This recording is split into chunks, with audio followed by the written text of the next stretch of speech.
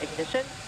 Liftoff of the Falcon 9 and Crew Dragon Since I was a little kid, I've Go imagined the SpaceX. wonders that might be Godspeed, experienced in bottom the void of dog. space, the vast discoveries one might just wander upon, the countless adventures waiting for humanity amongst the equally countless stars. Like every game, there are ways to get the most out of your time and experience, but what are you working toward? This is Just a Hustle, and here's everything I can tell you about being a gamer in Elite Dangerous.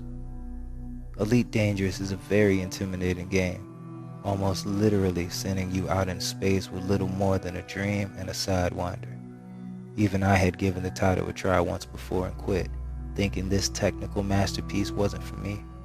But surprisingly, I gave it another chance, and it's pretty straightforward once you get beyond the staggeringly overwhelming scope of the game's mechanics and the empty void of our galaxy. That's right, our galaxy. The designers of the game, Frontier Development, created a 1-to-1 scale simulation of the Milky Way galaxy, meaning that players can literally get lost in an appropriation of their actual home galaxy, which is awesome in my humble opinion.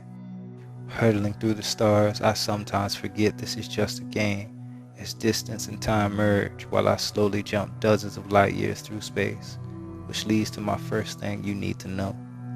Elite Dangerous is a massive game, perhaps the grandest I have ever touched, and in that truth, it is incredibly easy to get distracted and or forget where you're headed. Lucky for you space cowboys, all ships are fitted with a navigational galaxy and system map. Each map's interface is chock full of information about the explored galaxy, giving you access to the basic necessities to navigate your journey from Baran A to Sagittarius A. There are also filters that allow you to avoid or locate different star systems, planets, even faction-controlled systems and stations, making the galaxy map and system maps one of the most important features you should familiarize yourself with. You'll thank yourself later. Speaking of thanking yourself, one thing that almost every pilot I've met can agree on with harmonious chorus: keep a fuel scoop. I think this is almost a rite of passage in this game's meta, but honestly, it just comes down to preparedness and consideration. But this has probably happened to everybody. You just left the station, excited to head somewhere new, and it's a few jumps out. You launch your ship from the station, lock your destination in your galaxy map, and you blast off not realizing you won't be returning. You jump to 4 different systems, only to find you cannot make that last jump for lack of precious fuel. Don't feel bad. Don't panic. Do remember, having a fuel scoop is like having the ability to just keep going.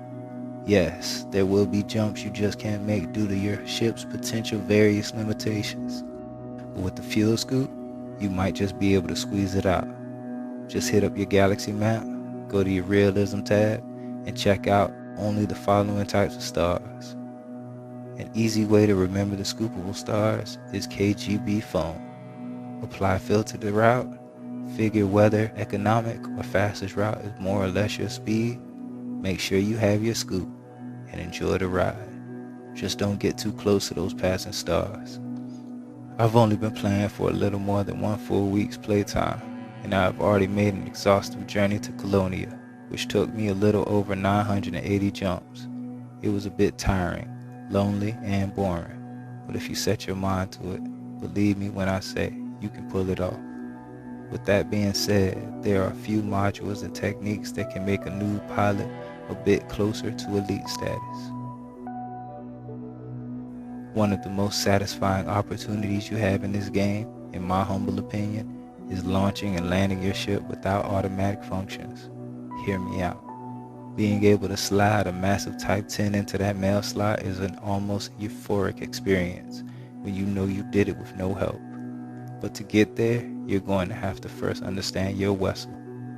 Not every ship is built equal, and some got fatter asses than others. So using docking and supercruise computers is another of the most important habits you can create. Just hit any shipyard, head into your optional modules, and scroll all the way down to your smallest slots.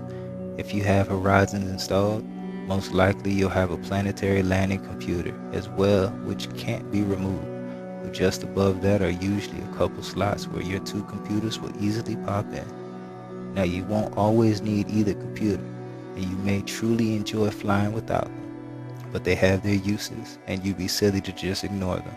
Which reminds me, turrets are awesome, which leads me to my third tip. I am an avid multi-cannon lover. When those guns spin up, I think I get all warm all over just like my targets. When I first started playing this game, I fell in love with those gimbal pea shooters. But when I got into my Crusader and discovered nav beacon combat, I started wanting more power. That's why I rely on turrets and fighter bays. Turrets are legit that, and as long as someone has the power cells to fire upon you, they'll send that rat-a-tat right at your opponent. I hope they got shields. Oops, they had shields. Using the pilot's right operation panel, your ship's functions can be tweaked, deactivated, or even repaired, but this also can be delegated to weapons. Turrets can be set to fire at will, targeted, or forward fire settings, making dogfights a bit more manageable when the odds are against you. Just remember your turrets will only fire at hostile targets. Features like assisted flight might give your ship that slight edge you need to survive, and with the hired crew hand to man your fighter bay, fights typically go my way, especially in the new Exodus. But if things ever get too hairy, you can always exit the game to avoid that rebuy. Speaking of rebuy, this almost should go without saying, but I'm sure it happens to a lot of people, but it really shouldn't. Here's the scene. You just made a buttload on the LTD market, and you've been eyeing that mamba since you started playing. You fly out to Shinrada because today you're gonna get all swifty. 100 million later, you boost out of the station, escape mass lock and warp, only to be interdicted seconds later by the local pirate bay. You fight it out only to realize you're not going to make it, so you try to run only to have your cockpit crack and your precious life support drain away.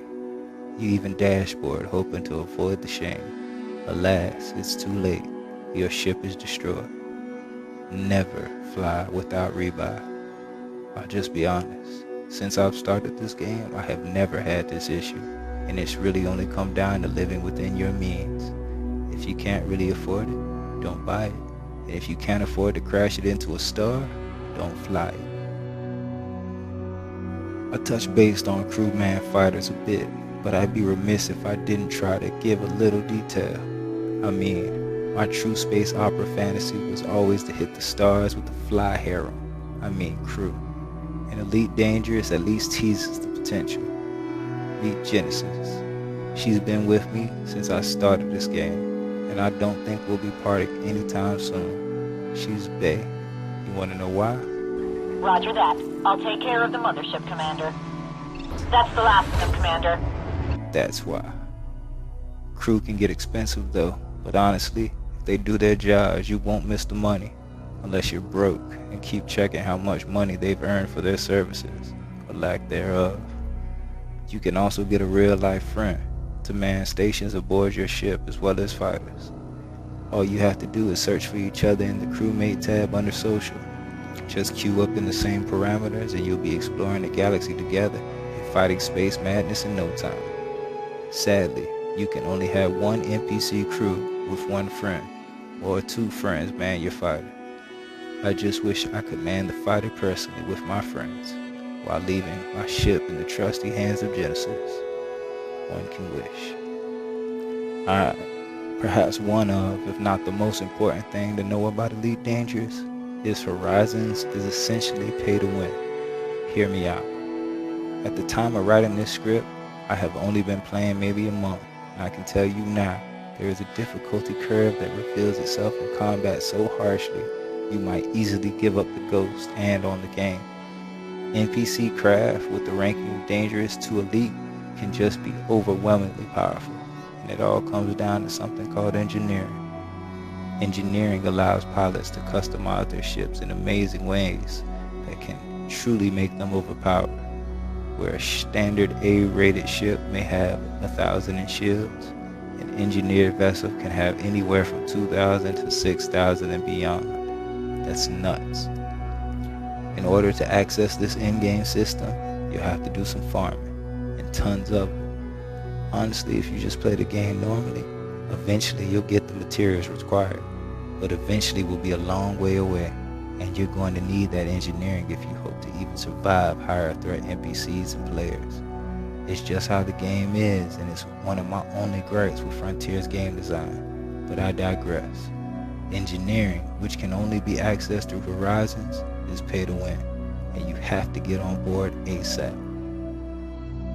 So you've decided space exploration is for you, and working for the Federation has some benefits you're willing to work toward. You're all set to get to work, but what work will you do? Decisions, decisions. Let me make it easy for you. There are tons of ways to line your ship's hull with gold, but not all ways are equally as fun, as efficient, or time consuming. This being said, do what you enjoy to make your credits. Buy the ship you want, outfit it for the jobs you want to do, support the factions you wish to support, and try and have fun. Yes, there are benefits and deficits to each decision, but that's partly what makes Elite Dangerous so amazing. Your choices do matter, and can impact the greater whole of this game. As we're wrapping production of this video, Space Legs, the long-awaited and rumored addition to Elite Dangerous, has been leaked, reposted, and confirmed named Odyssey by the official team of Frontier Development, hopefully arriving early 2021 by all reports, and with fleet carriers launching next week, there has never been a better time to jump in, Commanders. Now, with all the things going on in our world right now, I just want to say there are reasons to be hopeful. It is our truest wish that you are not only taking care of yourself in these trying times, but also by loving your neighbors and humanity. Let's try to find common ground or perhaps common space as we head into our futures. Now, if you enjoyed this video, felt it helped you out just a little bit, or you want to see more content set in the Elite Dangerous universe, please hit that like button, as it is greatly appreciated and will help us figure out the next moves for the channel. We plan on providing you everything you need to know as a gamer in all the games we love and play, but there's always the chance we miss something. So please leave us a comment about anything you felt we missed. Let's keep it constructive and contextual, but most importantly, fun, ladies and gents. As always, this is Justa Hustle, and we out.